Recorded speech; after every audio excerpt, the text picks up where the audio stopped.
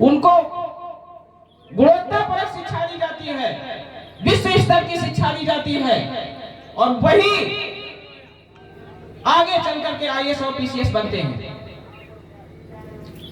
और दूसरे स्तर की शिक्षा है जो क्लर्क बन गया, दरोगा बन गया, पुलिस कर्मी बन गया, वो अपने बच्चों को प्राइवेट स्कूलों में पढ़ाता है जिनकी फीस 1000-2000 रुपए होती है। उनके बच्चे क्या उन बच्चों से मुकाबला कर पाएंगे जो अच्छे स्कूलों में 50,000 रुपए महीने की फीस में पढ़ रहे हैं? क्या उनका मुकाबला कर पाएंगे? नहीं कर पाएंगे, कि उनको उस स्तर की शिक्षा नहीं दी गई।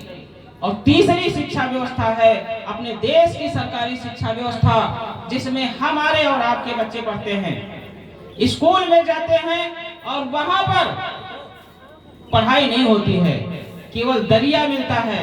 सरकारी अध्यापकों को कहीं जनगणना कराने में लगा दिया जाता है, कहीं मतगणना करने में लगा दिया जाता है, कहीं जानवरों की गिनती करने में लगा दिया जाता है, लेकिन पढ़ाया नहीं जाता है। क्योंकि ये सोची समझी साजिश है कि अगर ये गरीबों के बच्चे पढ़ गए तो ये हमसे हक और अधिकारों की बात करेंगे। इनको मजदूर के मजदूर बनाए रखने की सोची समझी साजिश है। बाबा साहब ने जब संविधान लागू किया था तो एक बात और कही थी कि मैं यहाँ पर इस संविधान की अच्छाइयां गिनाने के लिए नहीं खड़ा हुआ हूँ। इस देश का संविधान अंततः अच्छा साबित होगा अगर इसे चलाने वाले लोग अच्छे होंगे, और ये संविधान अंततः बुरा साबित होगा अगर इसे चलाने वाले लोग गलत होंगे। आज हमने वही गलती कर दी। हमने बाबा साहब के संविधान को ऐसे लोगों के हाथों में सौंप दिया है, उसे ऐसे लोग चला रहे हैं जो भारत के संविधान में विश्वास नहीं रखते, जो मनुष्य में विश्वास रखते हैं। ऐसे लोगों के भारत का संविधान है। ऐसा नहीं कि हमारे बच्चे नाकारा हैं, हमारे बच्चे पढ़ते लिखते नहीं हैं, हमारे बच्चे आगे नहीं बढ़ पाते हैं। जैसे तैसे करके छोटी मोटी व्यवस्था के सहारे अगर हमारा समाज का कोई बच्चा आईएएस पीसीएस की परीक्षा को पास भी कर लेता है तो वहां पर जो मार्क्स जो मौखिक में दिए जाते हैं, वहां पर मौखिक जो पूछा जाता है, वहां पर जो वाइवा लेने वाले व्यक्ति बैठे हैं वो सवर्ण समाज के व्यक्ति बैठे हैं, मनवादी समाज के व्यक्ति बैठे हुए हैं। अगर 100 नंबर का वाइवा हो रहा है तो हमारा जो एससी समाज का कैटेगरी का जो बच्चा है उसको 100 में से 33 नंबर दिया जाता है, और वही जो सामान्य कैटेगरी का व्यक्ति है जो बच्चा है उसे 100 में 90 अंक दिया जाता है। आईएएस पीसीएस तो एक एक नंबर पे रुकता है। साथियों, हमको हर पग पर रोका जाता है, आगे बढ़ने से रोका जाता है। लेकिन आज हमें समझना होगा, बाबा साहब ये जो हमें हक और अधिकार दिए हैं, जो शिक्षा रूपी हथियार दिया है, जैसे तैसे जो भी हमारे संसाधन हैं, उन संसाधनों के सहारे भले ही यहाँ पर बैठे जो भी लोग हैं उनसे मैं आग्रह करना चाहता हूँ, भले आप के पैरों में जूते ना हो, लेकिन अपने बच्चों को अच्छी शिक्षा दिलाइए।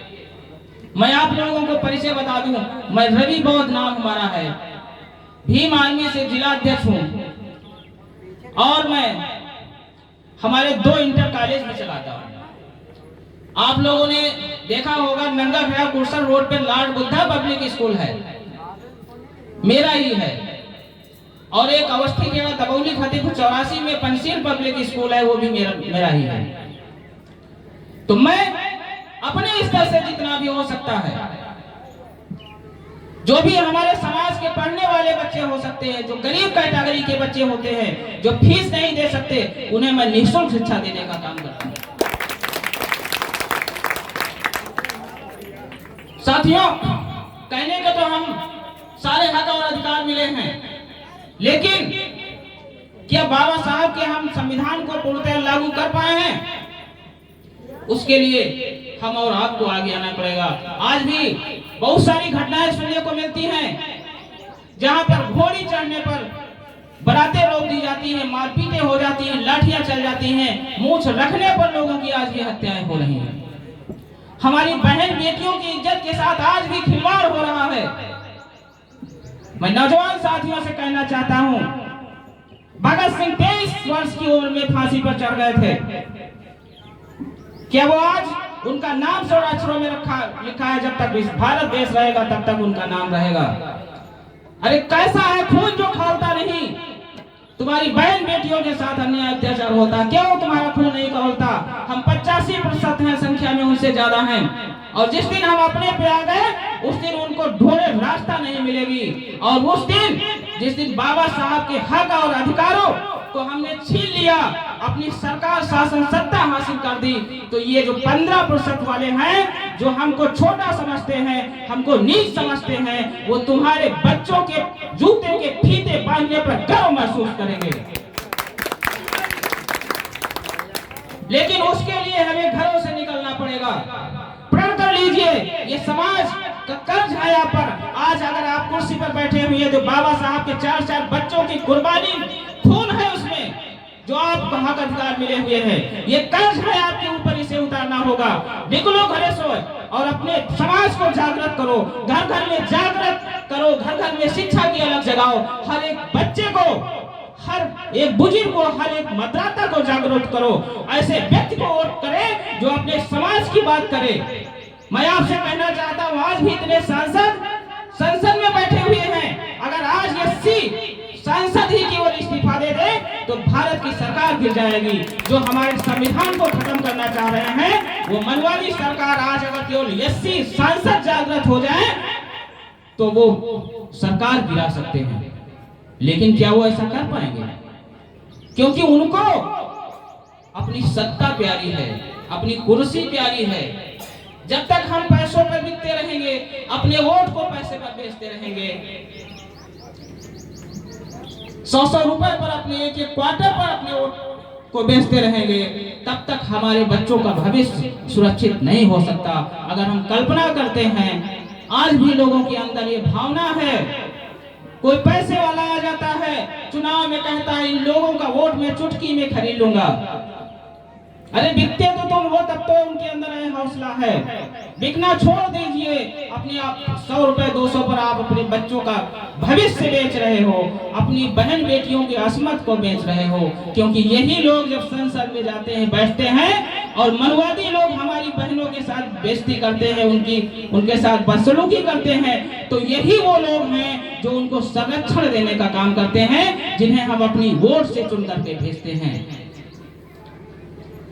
बाबा साहब ने वोट का अधिकार इसलिए दिया था कि हम संख्या में 85% हैं और एक ना एक दिन ये 85% जरूर जागृत होगा। और जिस दिन जागरूक हो जाएगा उस दिन अपनी सरकार बना लेगा। और जिसकी सरकार होती है उसकी बहन बेटियों की तरफ कोई आंख उठा करके नहीं देखता, उसे हक अधिकार मांगने नहीं पड़ते, किसी के सामने गिड़गिड़ाना नहीं पड़ता, किसी की चापलूसी नहीं करनी पड़ती, किसी की दलाली नहीं करनी पड़ती। साथियों,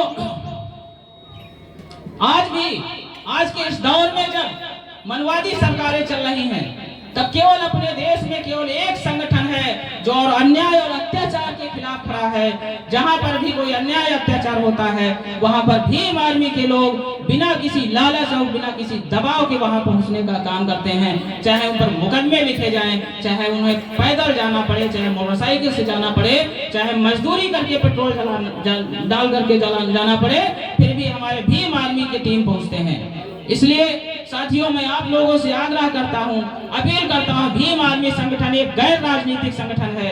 इसके बैनर तले आइए और एक मजबूत शक्ति की स्थापना कीजिए, जिसका नाम सुनकर के मनवादी लोग अगर एक बार तुम पर अन्याय अत्याचार करने की सोचे तो उन्हें 1000 बार सोचना पड़े कि कहीं भीम आर्मी के लोग ना आ जाएं। इन्हीं शब्दों के साथ जय भीम, जय भारत, जय संविधान।